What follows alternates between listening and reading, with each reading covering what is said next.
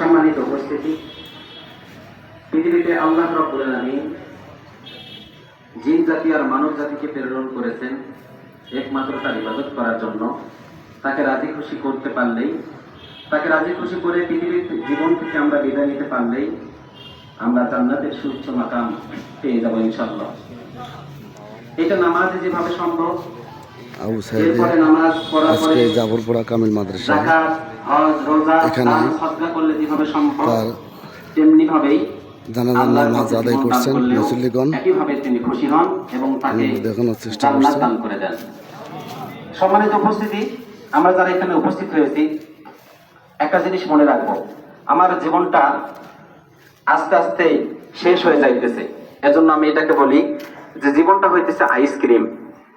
একটা আইসক্রিম যেমন চেয়ারম্যান সাহেব দোকান থেকে ফ্যাক্টরি থেকে কেনার পরে আমি রেখে দিব, আস্তে আস্তে গলে গলে যেমন শেষ হয়ে যাবে আর শুধুমাত্র ভিতরের বাসটা পড়ে থাকবে, ঠিক তেমনি ভাবে আমার জীবনটাও একটা আইসক্রিমের মতোই।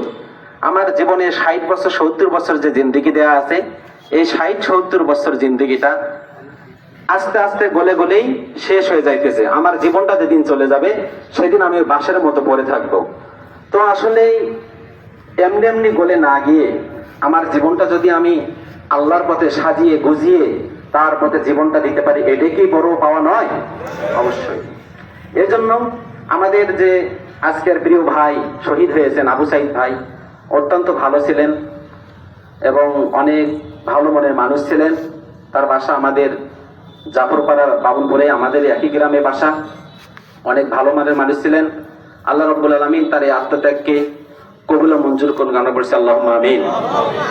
তার এই আত্মত্যাগের বিনিময়ে বাংলার হাজার হাজার যুবকদের তারা যে দাবি নিয়ে আন্দোলন করতেছেন রাজপথে, আমরা চাবো আমাদের যারা ঊর্ধ্বতন কর্মকর্তা আছেন তেনারা যেন তার এই আত্মত্যাগের বিনিময়ে, তিনি সহ আরো যারা জীবন দিয়েছেন তাদের এই আত্মত্যাগের বিনিময়ে যেন তাদের দাবিটা অতি শীঘ্রই মঞ্জুর করে নেন এবং আর যেন কোনো মায়ের বুক খালি না হয় এবং তারা যেন শান্তিপ্রিয়ভাবে তাদের ঘরে ফিরে যেতে পারেন।